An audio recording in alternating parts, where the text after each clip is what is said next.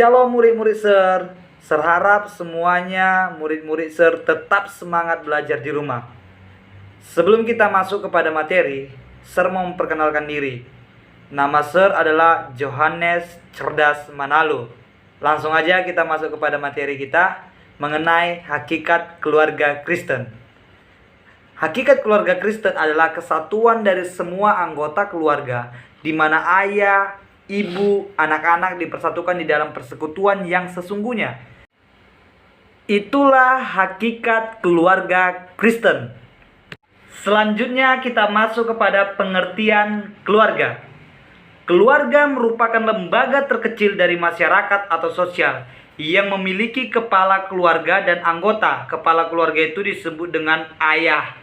Kepala keluarga dan anggota biasanya memiliki hubungan darah dan hidup dalam satu atap atau rumah dan saling ketergantungan satu sama lain.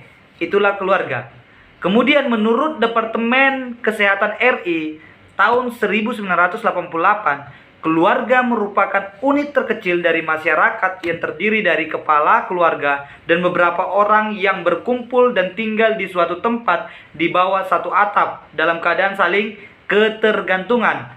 Kemudian menurut Duval dan Logan berpendapat bahwa keluarga adalah sekumpulan orang dengan ikatan perkawinan, kelahiran dan adopsi yang bertujuan untuk menciptakan, mempertahankan budaya dan meningkatkan perkembangan fisik, mental, emosional, serta sosial dari tiap anggota keluarga.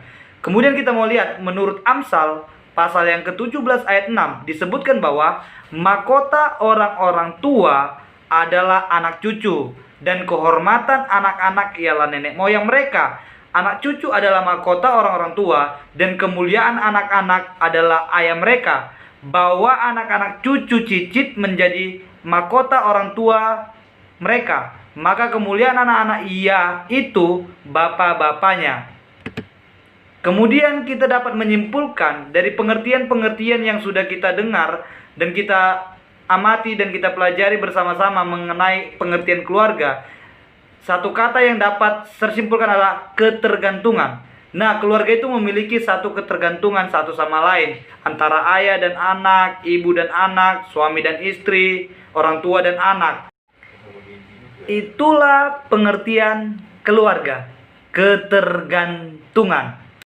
Selanjutnya kita masuk kepada fungsi keluarga. Ada 5 fungsi keluarga. Yang pertama fungsi biologis, yang kedua fungsi psikologis, yang ketiga fungsi sosialisasi, yang keempat fungsi ekonomi, yang kelima fungsi pendidikan. Kita masuk yang pertama, fungsi biologis.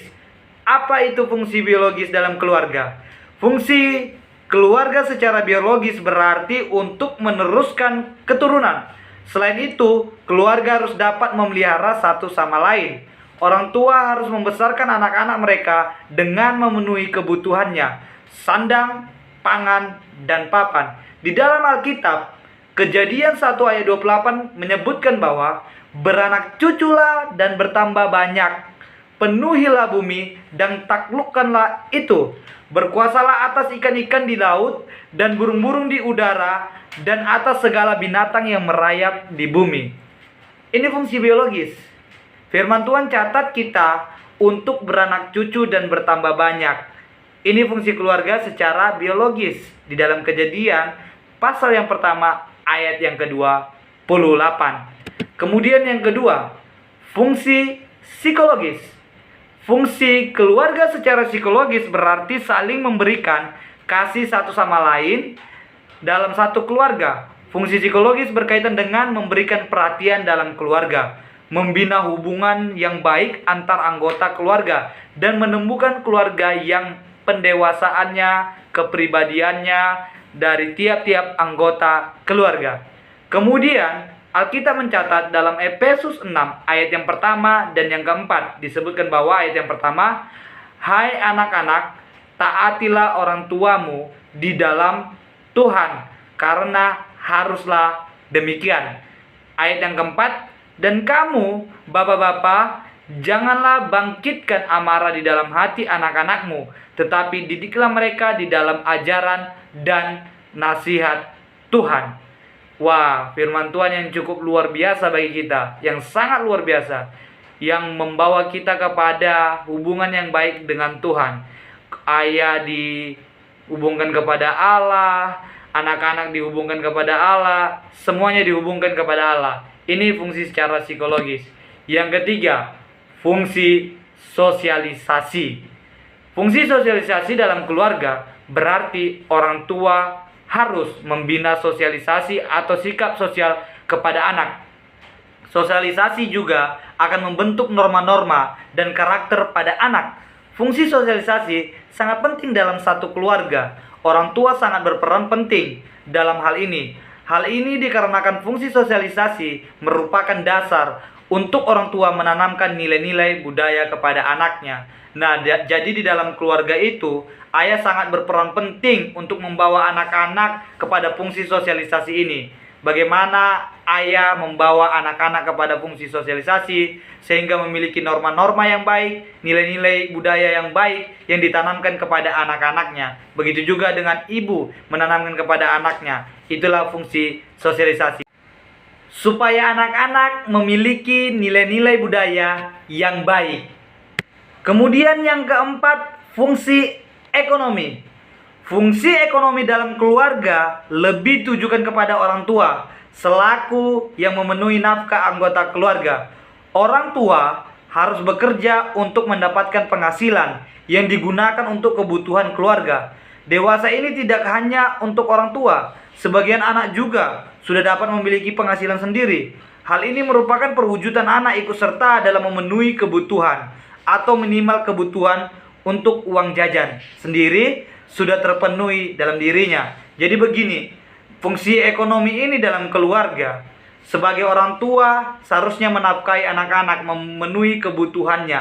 Tapi tidak hanya itu aja, anak-anak juga bisa memenuhi kebutuhan keluarga sehingga tidak menyusahkan orang tuanya. Bisa mendapatkan uang jajan, contohnya berjualan dan sebagainya. Itulah fungsi ekonomi dalam keluarga. Selanjutnya, fungsi pendidikan. Sebagai fungsi yang terakhir dalam pembahasan kita, pendidikan merupakan hal yang sangat penting di dalam keluarga. Dewasa ini pendidikan menjadi kebutuhan yang wajib kepada setiap manusia. Dengan pendidikan, seseorang dapat memperoleh pengetahuan, keterampilan, dan membentuk perilaku sesuai bakat yang dimiliki orang tersebut. Ini fungsi pendidikan.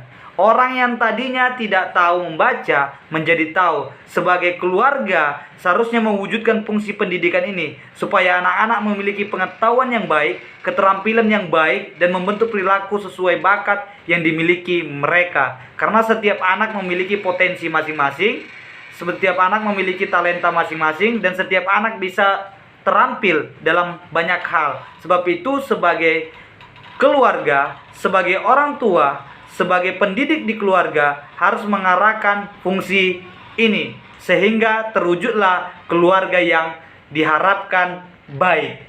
Shalom, Tuhan Yesus memberkati kita semua.